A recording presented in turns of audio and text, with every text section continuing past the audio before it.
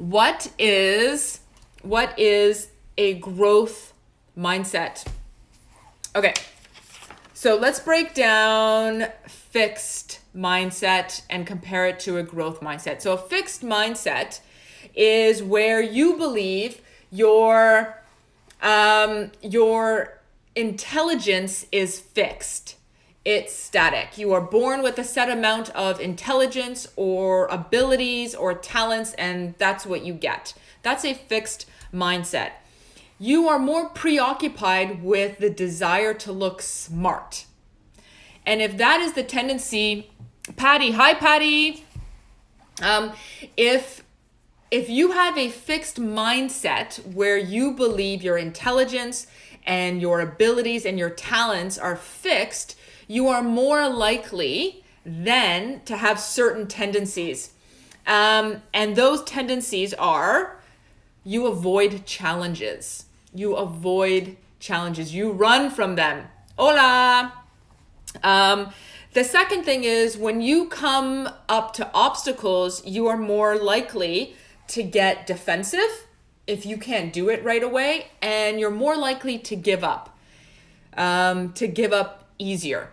You don't want to put in more effort because in that moment you feel like it's testing your intelligence. For effort, you see effort as pointless because either you're smart or you're not. Either you're good at math or you're not. Either you're musically inclined or you're not. Either you're creative or you're not. And if you see that, if you have that perspective, you're less likely to place a high value on putting in effort to get better at something. People with a fixed mindset also are not huge fans of criticism. Hello, Maria. They're not huge. And Treg Smith. Hello. You're not huge fans of criticism. You feel when you get critiqued, you take it very, very personally, and you feel like a failure. That for a lot of us, hello Maria, for a lot of us is a difficulty dealing with criticism. A lot of times we take that personally, and then we feel, I've said this 1,000 times, you fail and then you feel like you are the failure. You make a mistake and then you feel like you are the mistake. So people who have a fixed mindset don't do well with criticism because they take it to heart. They take it so personally. And when it comes to success, people with a fixed mindset feel threatened by other people's success. They don't feel happy for them because they feel like there's just a little bit less for themselves. And then as a result, you sort of plateau. You reach a point where you think, well, this is as good as it's going to get. Hi, Audrey. An infuriated babe. Hello. So how can we compare that? And I'm going to post this picture for you that I have. I'm going to post that in the IG story afterwards, okay? So how do we compare that to people who have a growth mindset? So Carol Dweck says, growth mindset, the main idea around that is you believe your confidence, your talents, your abilities, your skills can be learned. It can grow. Your intelligence can be developed.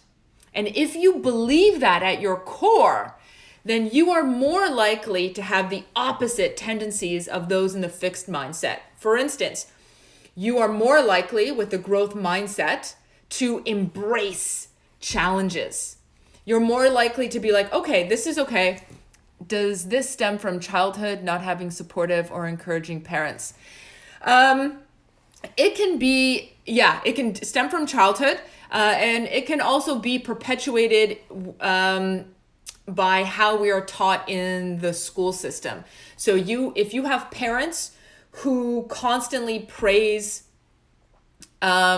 you for things that may come easy to you and who don't praise your grit, your resilience, your effort, your progress, then a fixed mindset can develop. And then if you get a teacher who believes in fixed mindsets and believes that if her students present in class as not good in math, then they probably will never be good at math. And so you can sort of have like a double whammy where you can develop a fixed mindset through how you were parented, and then it becomes solidified with how you are taught in the school system. So having a teacher with a growth mindset who encourages failure in the classroom and who gives their students the grace and the cushion to fail, that can change a fixed mindset into a growth mindset. We'll get into this a little bit later, but mindsets are not permanent. You can absolutely change and develop into a growth mindset. Rosalie, can a fixed mind? Oh, great minds think alike, Rosalie. I literally just answered that. Yes, absolutely. Hi, Alessandra. Absolutely, you can change. You can develop from a fixed mindset to a growth mindset. And you can also occupy both mindsets at the same time. I can sort of believe that my musical talents are fixed at the same time that I can believe my intelligence can be grown.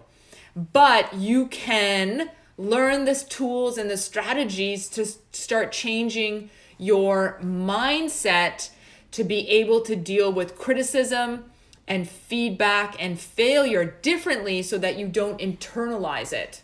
Okay, so let's just quickly review that. So that a growth mindset is somebody who believes their intelligence can be developed, that their skills and their abilities can grow. And if you believe that, you are more likely to embrace challenges, embrace obstacles. You look forward to the challenge. You look forward to stretch assignments that work you in a different way. You are also more likely to persist when challenged, to keep going when you face these obstacles, right? When you have these setbacks, you're more likely to not internalize any failures, and you're more likely to just see the failures as opportunities, see the failures as information. You also, with a growth mindset, know the value of criticism. You're like, yes, yes, yes, bring it on.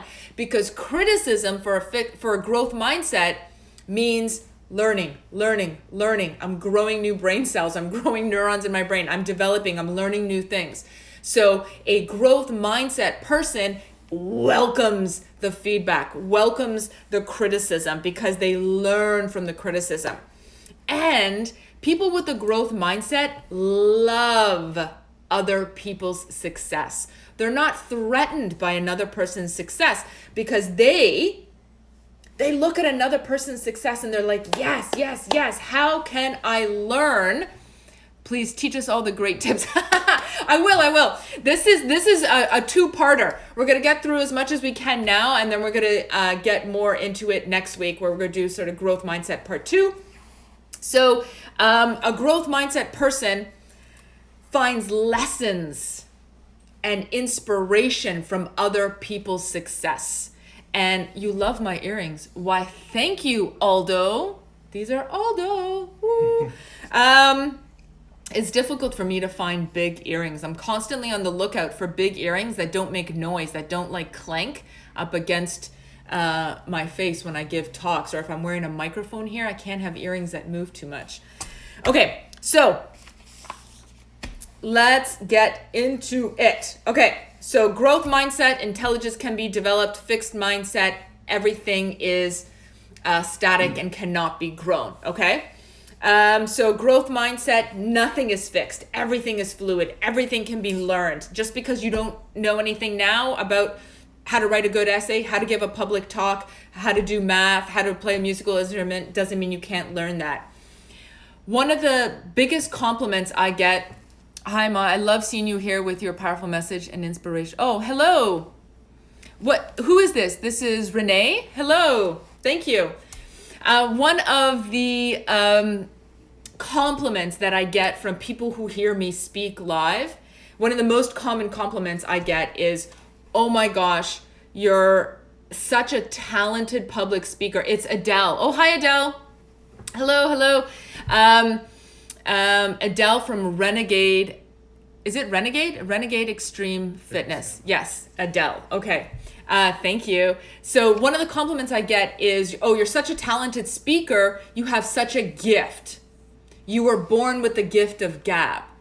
And I'm like, no, it has nothing to do with talent. My ability to be a good public speaker, to be a charismatic public speaker, has absolutely nothing to do with ingrained talent, and everything, hands down, everything to do with persistence, practice, and timely feedback.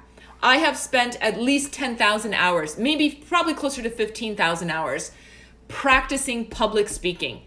And every single time I get up on the stage, I get immediate feedback from the audience. I can tell when a joke doesn't land, and passion, thank you. But I can tell when a joke doesn't land. I can tell when people are bored because they're pulling out their phones. But now sometimes they pull out their phones because they want to tweet out what I said or something, or they want to take a picture of my PowerPoint. But I can tell when I've lost them.